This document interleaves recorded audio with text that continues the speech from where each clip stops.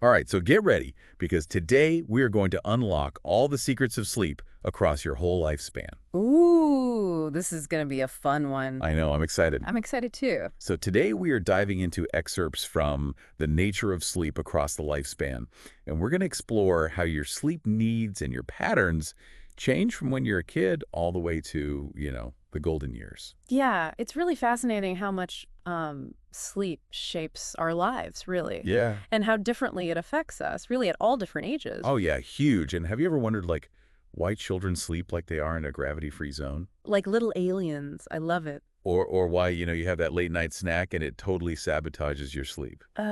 Guilty. Yeah, so we're going to answer all these questions and more. Plus, I've got some really surprising sleep facts that will have you rethinking, all those nighttime z's.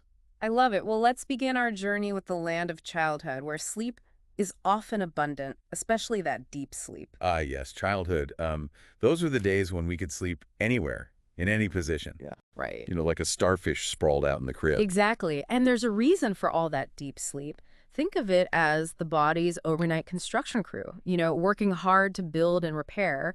And it's during deep sleep that growth hormone is released and tissues regenerate. So really important. Wow. And research has even shown a connection between deep sleep and cognitive development in children. Okay, so you're saying that deep sleep is it's like a superpower for kids. Yeah. No wonder they can bounce back from anything. I love that. Yeah, that's a great way to put it. Now, as we transition into adulthood, sleep patterns continue to evolve, and deep sleep, while still crucial, isn't quite as abundant as it was in childhood. Okay, so we trade in those gravity-defying sleep positions for a more, I guess, grounded approach. Yeah. But deep sleep is still so important, right? Absolutely. Think about those days when you push yourself physically, maybe a tough workout or a day of yard work. Yeah. Deep sleep is what helps repair those muscles and recharge your body. It's like hitting the reset button for your physical well-being. Okay. Yeah, I'm starting to realize I might need to prioritize my deep sleep a little bit more. It is important. But I have a question. Why does it seem like sleep gets more complicated as we age? Well, research has shown that a significant portion of older adults, somewhere between 40 to 70%, experience chronic sleep problems. Oh, wow, that's a lot of people. It is a lot of people. Okay. And this is due in part to changes in sleep architecture. Okay, hold on. Sleep architecture. What is that? Can you break that down for me? Of course. So you see, sleep isn't just one long, uninterrupted block, right? It cycles through these different stages: REM sleep, light sleep, and deep sleep. Oh. And as we age, the proportion of these stages shifts. We tend to spend less time in deep sleep and more time in the lighter stages. Oh, okay. Making us more prone to waking up during the night. So that explains those frequent midnight bathroom trips, Yes. and why it can be harder to fall back asleep. Exactly. It's not just our imaginations. Yeah. It's actually our sleep patterns changing. Precisely. And Yeah. from an evolutionary standpoint, it makes sense. Okay. As we get older, our physical demands lessen, so we don't need as much deep sleep for muscle repair.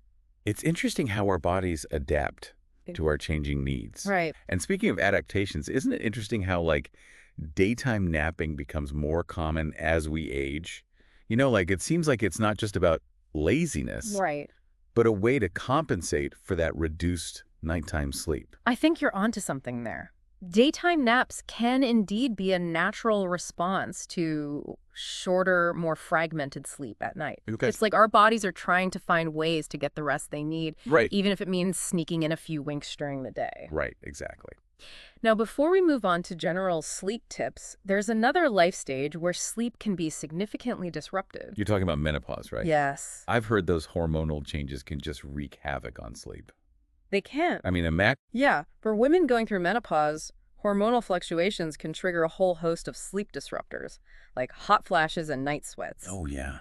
Imagine trying to sleep when you're suddenly hit with a wave of intense heat. Oh, my God. Not exactly conducive to a restful night. No, not at all. And on top of that, there's an increased risk of sleep apnea during menopause. Oh, I've heard about that, yeah. Which is a condition where your breathing repeatedly stops and starts during sleep, which disrupts sleep quality and can have long-term health consequences. So that's serious. It is serious, and if you're experiencing any symptoms like loud snoring, gasping for air during sleep, or excessive daytime sleepiness, it's crucial to consult a doctor. So don't wait on that. No. Get help. Yes, absolutely. It sounds like menopause can be a real challenge when it comes to sleep. It can be challenging for sure. But before we dive into like specific tips for each life stage, let's talk about some general strategies that can help improve sleep quality, regardless of age. Yeah, that's a great idea. There are certain practices that can benefit everyone, regardless of where they are in their sleep journey. Right. Okay. Yeah. So let's dive into these general sleep tips. Okay, sounds good. What's the first thing that comes to mind when you think about like practices that can improve sleep quality? Well, one practice that consistently shows benefits across the board is meditation. Oh, yeah.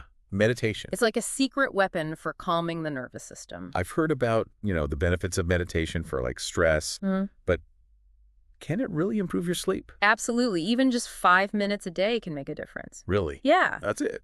Imagine it like this. Your mind is a buzzing hive of activity. Oh, And meditation helps those busy bees settle down, allowing you to relax and drift off to sleep more easily. okay. Yeah, I like that analogy. Right. It makes meditation seem less intimidating and more accessible. It is accessible. 5 minutes, I can handle that. Exactly. Small, consistent steps can lead to big changes. Okay. Now, another tip that might seem counterintuitive is limiting the time you spend in bed while awake. Wait, so you're saying I shouldn't scroll through social media in bed? Yeah, it's a common habit. Because I'm definitely guilty of that. Yeah, but it can actually work against you when it comes to sleep. Okay. So the goal is to strengthen the association between your bed and sleep. Okay. When you spend a lot of time in bed awake, your brain starts to associate the bed with wakefulness, Right. making it harder to fall asleep when you actually want to. That makes sense, yeah. Yeah. It's about training your brain to recognize that bed equals sleep. Exactly. So no more late night emails or doom scrolling in bed for me. Good. Get that good sleep. So, while we're on the topic of habits, let's talk about napping. Okay. A well-timed power nap, can be beneficial. Yes. But it's important to be mindful of how those naps affect your nighttime sleep. Yeah. Oh, I love a good power nap. It's like a mini vacation for your brain. Yes. But I've definitely experienced that if I nap for too long, it can throw off my sleep later. Exactly. It's about finding that sweet spot. A short nap. Okay. Around 20 to 30 minutes can boost alertness, improve cognitive function without interfering with nighttime sleep. Okay. But if you're consistently napping for longer periods or later in the day, it can disrupt your sleep-wake cycle Right. and make it harder to fall asleep at night. It's like having too much dessert. A little bit can be satisfying, but overdoing it can spoil your appetite for dinner. A great analogy. I love that. Right. It highlights the importance of balance when it comes to napping. Okay, yeah. Now, let's shift gears a bit and talk about something that often gets overlooked. Our sleep environment. You're talking about creating like a sleep sanctuary, right? Yes. I've heard that the environment we sleep in can make a big difference. Absolutely. Think of it like setting the stage for a restful night's sleep. Okay, so what are the key elements of a sleep-conducive environment? Well, the first thing that comes to mind is darkness. Our bodies are naturally programmed to sleep when it's dark. Right. Melatonin, the hormone that regulates our sleep-wake cycle, is produced in darkness.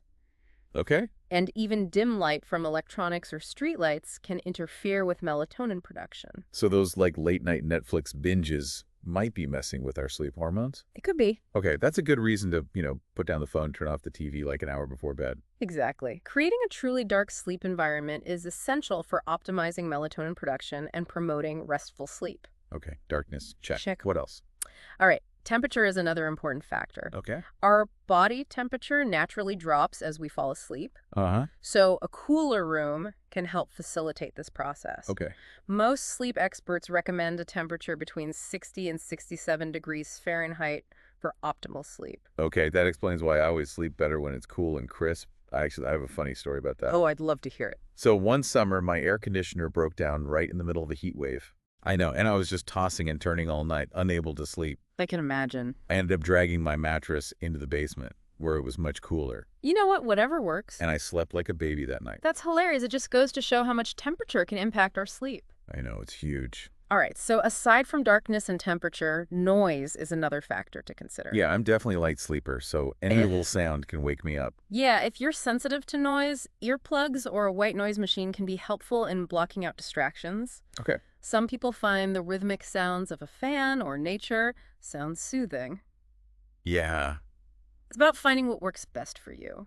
It sounds like we're talking about creating like a personalized sleep oasis, a place where we can truly escape Yes. from the hustle and bustle of the day and, recharge our bodies and minds. Exactly. Your sleep environment should be a haven of peace and tranquility, Yes. a place where you feel safe, comfortable, and relaxed. Okay, so we've covered darkness, temperature, noise. Yes. Any other tips for creating this sleep sanctuary? Well, aside from the physical environment, it's also important to create a relaxing bedtime routine. Oh, a bedtime routine. Think of it like signaling to your body that it's time to wind down. Like a nightly ritual to prepare for sleep. I used to have a bedtime routine when I was a kid, Yes. but I kind of let it go as I got older. Well, it's never too late to reintroduce a bedtime routine into your life. Okay. It can be as simple or elaborate as you like. Okay, so what are some examples of relaxing bedtime activities?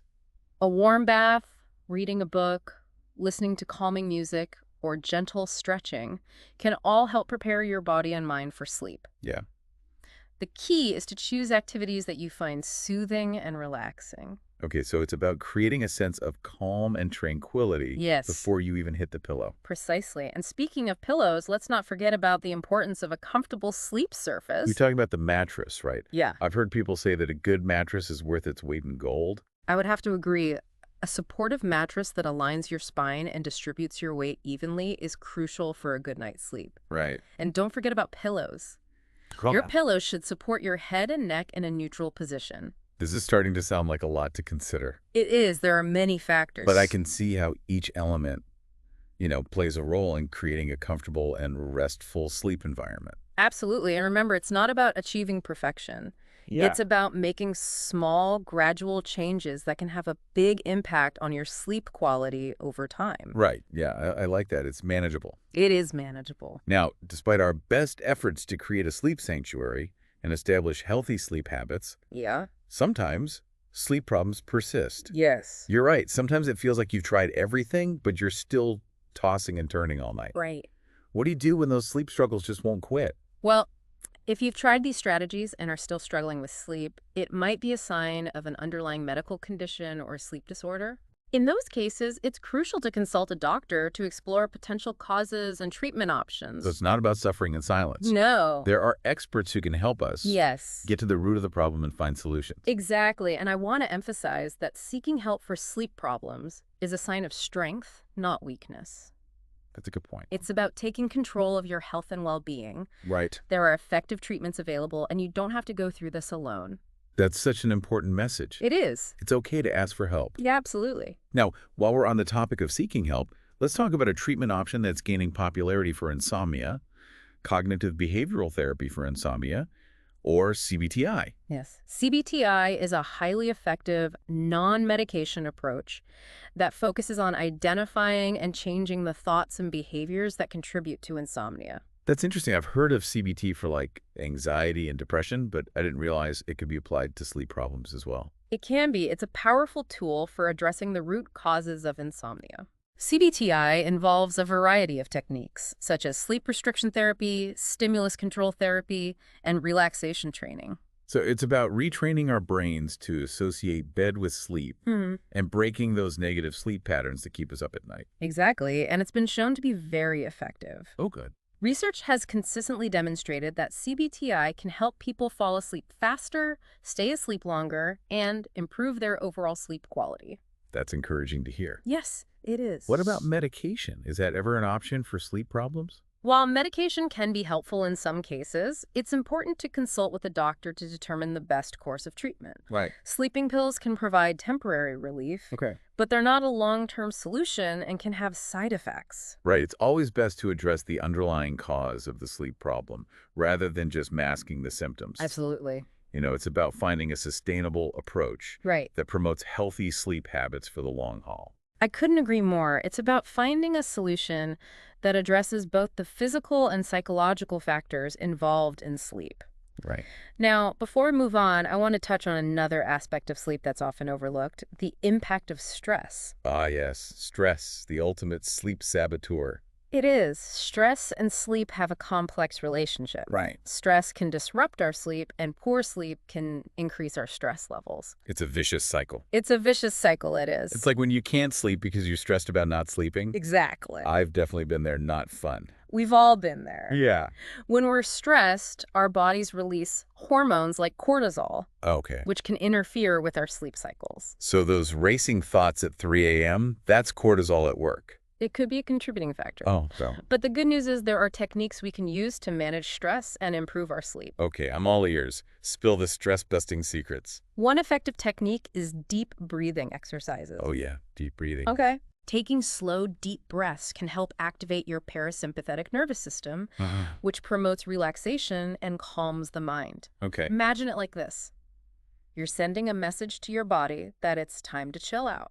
Yeah, that makes sense. It's like hitting the pause button on stress. Yes. I've definitely noticed that, when I'm feeling overwhelmed, taking a few deep breaths can help me feel more grounded. Exactly. And remember that meditation we talked about earlier? Yeah. That's another great tool for managing stress and promoting restful sleep. So deep breathing, meditation, any other stress-busting techniques you recommend? Regular physical activity can also be beneficial. Oh, okay. Exercise. Exercise helps release endorphins, which have mood-boosting effects and can improve sleep quality. Okay. Just be mindful of the timing. Avoid intense workouts close to bedtime, as they can make it harder to fall asleep. Right. So it's about finding that balance between, staying active and winding down before bed. Now I'm curious, are there any foods or drinks that can impact our sleep? I've heard that what we eat can affect how well we sleep. Absolutely. What we consume can definitely play a role in how well we sleep. Okay, so let's talk about the usual suspects. Okay. Caffeine, for example. I know I try to avoid coffee after a certain hour, but sometimes I just need that afternoon pick-me-up. Yeah, caffeine is a stimulant, so it's best to avoid it in the hours leading up to bedtime. Okay. Think of it like this. Caffeine is like giving your brain a jolt of energy, Right. which can make it harder to wind down and fall asleep. So that late-night coffee might be sabotaging my sleep, even if I don't realize it. It's definitely possible. Okay. And while a glass of wine might seem relaxing, alcohol can actually disrupt sleep patterns later in the night. Oh, really? I thought alcohol made you sleepy. It can initially make you feel drowsy, Okay. but it can lead to more fragmented sleep later on, Oh, okay. which can leave you feeling groggy in the morning. So that nightcap might be doing more harm than good. It's something to consider. Okay. Alcohol can interfere with your sleep cycles, making it harder to reach those deeper, more restorative stages of sleep. Okay, so caffeine and alcohol are on the avoid before bed list. Yes, on the list. Any other dietary tips for better sleep? Well, eating a balanced diet is essential, Right. but there are certain foods that might be particularly beneficial for sleep. Oh, okay. Foods rich in tryptophan, amino acid that helps produce melatonin, Okay. can promote sleepiness. So that classic Thanksgiving meal sleepiness? Yes. There's actually a scientific reason for it. Exactly. Tryptophan is a precursor to melatonin, which, as we discussed, is essential for regulating our sleep-wake cycle. I'm starting to see a pattern here. Yes. What we eat and drink can have a real impact on our sleep. It's like fueling our bodies for a good night's rest. I like that analogy. It highlights the importance of making mindful choices about what we consume, Yeah. especially in the hours leading up to bedtime. Okay, so we've covered the basics. Creating a sleep sanctuary, establishing a relaxing bedtime routine, and being mindful of our diet and stress levels. We have covered a lot. But what about those times when you've done everything right, but you still find yourself lying awake, staring at the ceiling? I think that's something we can all relate to. Right. Even when we're following all the sleep hygiene recommendations, there are nights when sleep eludes us. Exactly. It can be frustrating and even a little bit scary It can be. when you can't turn off your brain Yes, and drift off to sleep. I understand. So do you have any tips for those moments when sleep just won't come? Absolutely. One technique that can be helpful is called progressive muscle relaxation. Progressive muscle relaxation. That sounds interesting. Can you walk me through it? Sure, it's a simple yet powerful technique that involves tensing and releasing different muscle groups in your body, Okay. starting with your toes. Okay. You tense the muscles for a few seconds, then release the tension, noticing the feeling of relaxation. You work your way up your body, tensing and releasing each muscle group Okay. until you reach your head. So it's like giving your body a mini massage from the inside out. That's a great way to put it. Progressive muscle relaxation helps to relieve physical tension, Okay. which can often be a barrier to sleep. Right. And as your body relaxes, your mind tends to follow suit. Yeah, that makes sense. It's hard to sleep when you're feeling tense and wound up. Exactly. Now, another technique that can be helpful for those moments when your mind is racing is to engage in a calming mental activity. What do you mean by a calming mental activity like counting sheep? Counting sheep can work for some people, but there are other options as well. Okay. You could try visualizing a peaceful scene, listening to calming music, or repeating a soothing mantra. So it's about redirecting your attention away from those anxious thoughts Exactly. and towards something more calming and relaxing. Precisely. It's about giving your mind something else to focus on, Yeah. which can help break the cycle of worry and insomnia. All right. So another tip that might seem counterintuitive is to actually get out of bed if you've been trying to sleep for more than 20 minutes and haven't been successful. That's right. Really, get out of bed. Yes. But isn't that going to make it harder to fall asleep? It might seem that way, but staying in bed when you're feeling frustrated and anxious can actually reinforce the association between your bed and wakefulness. So it's about breaking that negative association Exactly. and creating a fresh start. Exactly. Get out of bed, go to another room, Okay. engage in a relaxing activity until you feel sleepy, Okay. then return to bed and try again. It's like hitting the reset button on your sleep routine. That's a great way to think about it. Yeah. Now, in addition to these relaxation techniques, Okay. there are other strategies you can try to promote sleepiness. Oh. For example, some people find that a warm bath or shower before bed can help them relax and prepare for sleep. Oh, I love a good warm bath before bed. It's like melting away the stress of the day. Exactly. The warmth of the water can help to relax your muscles and signal to your body that it's time to wind down. And there's something so soothing about the sound of running water. It's like white noise, but more natural. I agree. Now, another strategy that some people find helpful is to dim the lights in your home an hour or two before bed. Oh, okay. This can help to increase melatonin production Right. and prepare your body for sleep. So it's like creating a gradual transition from day to night. Exactly. It's about signaling to your body that it's time to start winding down. Okay, so we've covered a lot of ground here. Creating a sleep sanctuary, managing stress, being mindful of our diet, and trying relaxation techniques when sleep eludes us. We have. It seems like improving sleep is a holistic endeavor that involves paying attention to both our physical and mental well-being. I think you've hit the nail on the head. Yeah. Sleep is a complex process, and improving it often requires a multifaceted approach. Right. And remember, if you're struggling, don't hesitate to reach out for professional help. Yes, good point. There are experts who can guide you on your journey to better sleep. Absolutely. There's no shame in seeking support. We all deserve a good night's rest. Wow, it's amazing how much we've learned about sleep already. I know, right? But there's still so much more to uncover. Yeah, there really is. It's like we're just scratching the surface of this, like, mysterious world. I agree. There are still many unanswered questions about sleep, Right. especially when it comes to the realm of dreams. Speaking of dreams, it's funny how we often dismiss them as just like, random firings in our brains. Right. But what if they're trying to tell us something? Like a secret code we haven't quite cracked yet. That's a good question. Right. What is that realm? Yeah. That's what's so captivating about dreams. They operate in this realm of symbolism and metaphor, Okay. often tapping into emotions and experiences that we might not consciously acknowledge during our waking hours. It's like our subconscious is speaking a different language and we need a dream dictionary to interpret it. I love that, yeah. There's a whole field of dream interpretation dedicated to understanding the symbols and recurring themes in our dreams. Wow. And while I can't analyze specific dreams, it suggests that even the most bizarre elements often hold personal significance. So, okay. So that dream I had about flying through a giant bowl of spaghetti, it wasn't just my brain doing a late-night carb overload. Well, maybe, but it's more about exploring what those symbols represent for you. Okay. What does spaghetti mean to you? Okay, yeah. Does it evoke feelings of comfort, chaos, or something else entirely?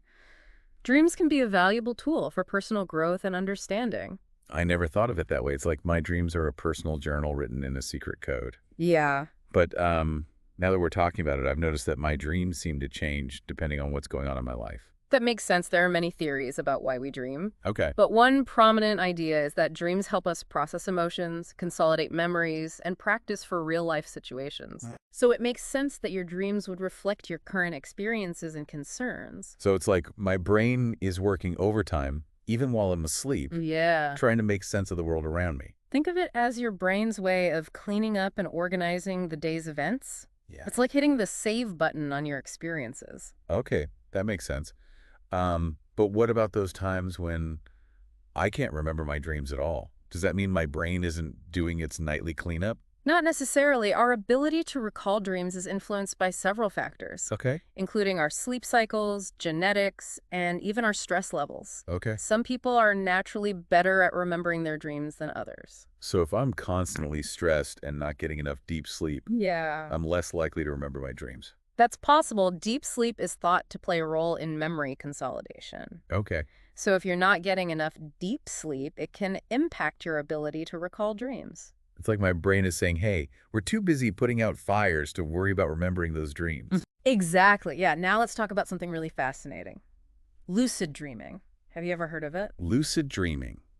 It sounds familiar. Is that where you're aware that you're dreaming Yes. and can actually control what happens in your dream? Exactly. It's like becoming the director of your own dream movie. Wow, that sounds incredible. It's amazing. Like having superpowers in your dreams. I know, right? So is lucid dreaming something you can learn to do?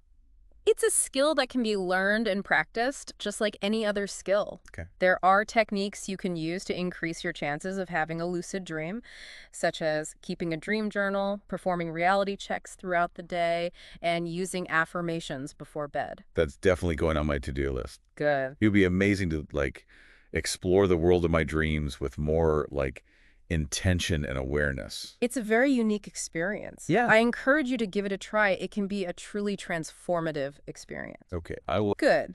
Now, as we wrap up our deep dive into sleep, I think it's important to acknowledge that sleep isn't just a personal matter. Right. It has wider implications for our communities and even our economy.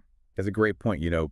We often think of sleep as like a private activity, Right. but it affects so much more than just our individual well-being. Exactly. When we're sleep deprived, our productivity suffers, our decision-making is impaired, Yeah. and we're more prone to accidents. Right. This can have serious consequences in the workplace, on the roads, and in our relationships. So it's not just about feeling grumpy and groggy. Yeah. It's a public health issue.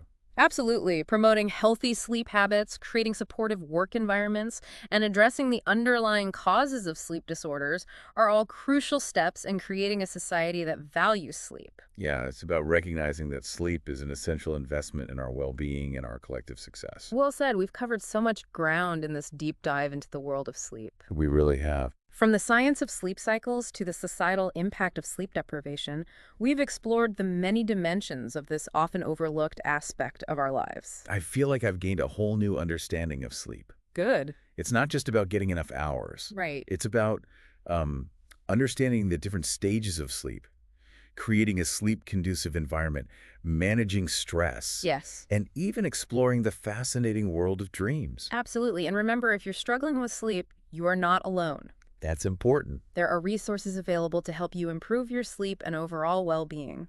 Well, that brings us to the end of our deep dive into sleep across the lifespan. Yes. Now that you're armed with all this knowledge, pay attention to your own sleep patterns. Are you getting enough deep sleep? Could those late-night snacks be sabotaging your rest? The journey to better sleep starts with awareness. And if you're intrigued by what we've discussed today, there's a whole world of sleep science waiting to be discovered. Sweet dreams, everyone. And until next time, sleep well and dream big.